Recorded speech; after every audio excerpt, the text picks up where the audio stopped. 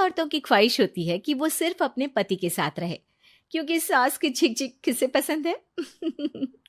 एकता की सास साथ नहीं रहती, सिर्फ पति और वो। लेकिन क्या है एकता की जिंदगी बिना सास के? देखिए।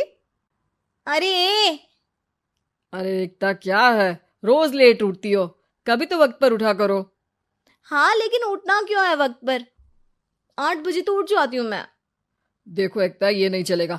सुबह 6 बजे उठा करो। खाने में थोड़ी वैरायटी बनाओ और घर को साफ सुथरा रखो ना। अरे अरे अरे, जो मुंह में आ रहा है बोले जा रहे हो। क्या मेरा घर गंदा रहता है? कितना साफ रखती हूँ।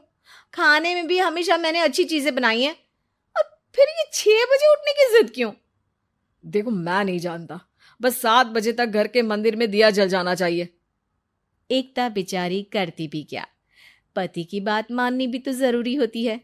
एक दिन एकता सुबह पूजा करके पति को प्रसाद देने कमरे में जाती है, तो पति अपनी माँ से फोन पर बात कर रहा है। हाँ माँ, मैंने तो साफ बोल दिया। सुबह 6 बजे उठना है, नहा कर ही किचन में जाना है और 7 बजे तक मंदिर में दिया जल जाना चाहिए। आ रही होगी चाय लेकर। चलिए मैं रखता हूँ माँ, बाय। बेचारी एकता ने पति का ये रूप तो सोचा ही नहीं था।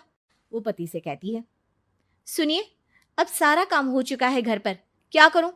मुझे कुछ देर के लिए मेरी सहेली सौम्या उसके घर छोड़ दीजिए। अरे कैसी बात करती हो कि घर पर कुछ काम करने को नहीं है? होली आ रही है, बाजार से आलू ले आओ, पापड़ बनाओ, नमकीन बनाओ, दही बड़े बनाओ। सब कुछ आज ही बनाना है? अरे अब मन कर रहा है कि सहेली के घर जाऊं तो जाऊंगी ना मैं। आप नहीं ले जाएंगे तो कैब से चली जाऊंगी। अरे अरे, ये क्या बात होती है? चलो ले जाता हूँ तुम्हें, तैयार हो जाओ जल्दी से। कैब की धमकी तो ऐसे दे रही हो जैसे माँ ने दरवाजे में कैब खड़ी कर रखी हो विथ ड्राइवर। बढ़िया आई कैब वाली। हाय रे एकता की किस्मत। वो सोचती है कि सास साथ नहीं है, लेकिन पति के हाव भाव किसी अक्कड़ू सास से कम ही नहीं है।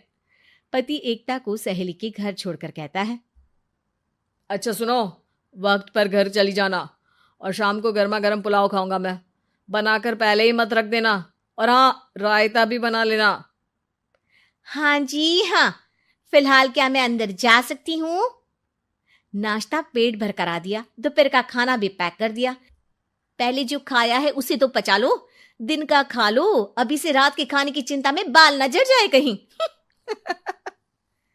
पति को एकता की बात पर गुस्सा तो बहुत आता है, लेकिन ऑफिस में देरी के कारण वो कुछ नहीं कहता।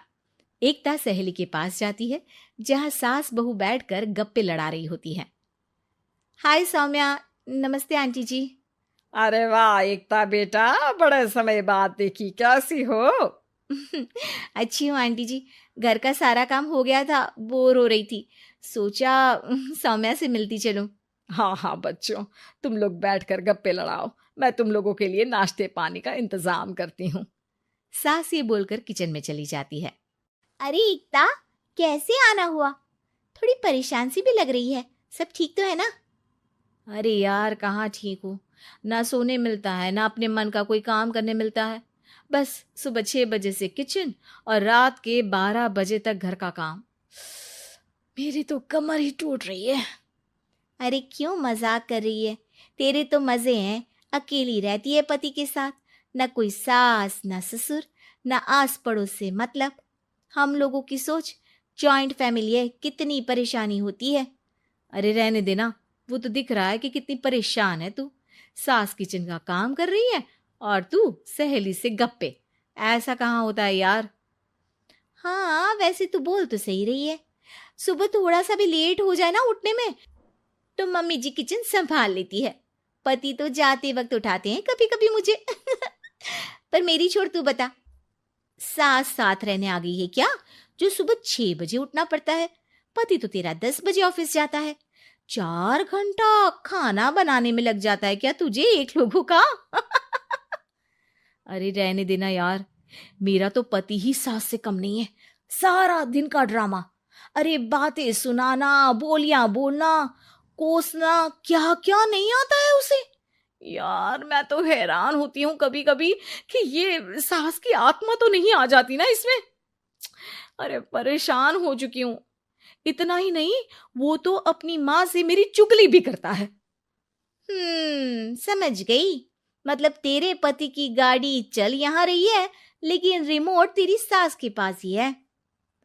अरे अब जो समझ, रिमोट है या कंट्रोल है, बस मेरा तो मुश्किल हो रहा है यहाँ रहना। सोच रही हूँ 2-4 महीने के लिए मायके चली जाऊं। क्या करेगी? 2-4-10 महीने बाद तो आना ही है ना यहाँ पर।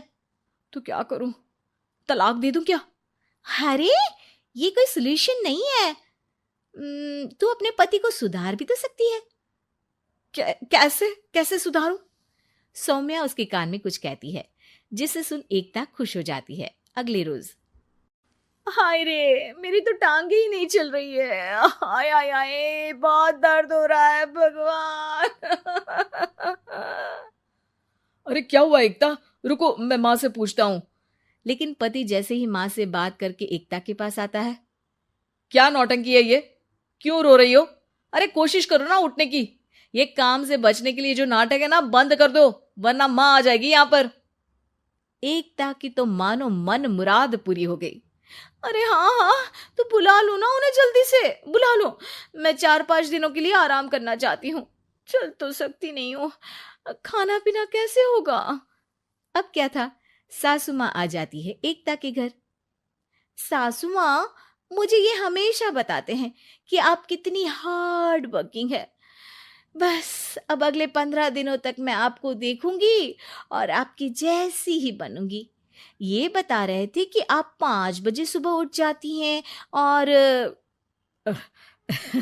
अरे बेटा, कुछ ज्यादा ही नहीं बता दिया तूने। अब नहीं माँ, मैं चाहता हूं कि ये आपकी तरह तौर तरीके सीखे, जैसा आप मुझे बताती है ना। मैं तो हमेशा हॉस्टल में रहा, कभी देखा भी नहीं आपको, लेकिन मैं चाहता हूं कि एकता पूरी आपकी कॉपी बने, घर गृहस्थी आप ही की तरह संभाले। हैं? अब हाँ हाँ। तो अब माँ जी यही है, तो क्यों ना कल से शुरू। लेकिन अगले दिन सास 9 बजे सोकर उठती है। बेचारा बेटा बाहर से खाना मंगा कर खाता है। शाम को घर आता है तो सारा घर बिखरा रहता है। अरे माँ, ये घर इतना बिखरा क्यों है? अरे वो बेटा, आज वक्त ही नहीं मिला किचन से। सुबह का नाश्ता, दिन का खाना, अब रात को तो मेरा मन ही नहीं है कुछ बनाने का, तो बाहर से ही ले आ, या दिन का जो खाना बचा है ना वही खा लेना। ओ माँ, इससे अच्छा तो एकता घर रखती है।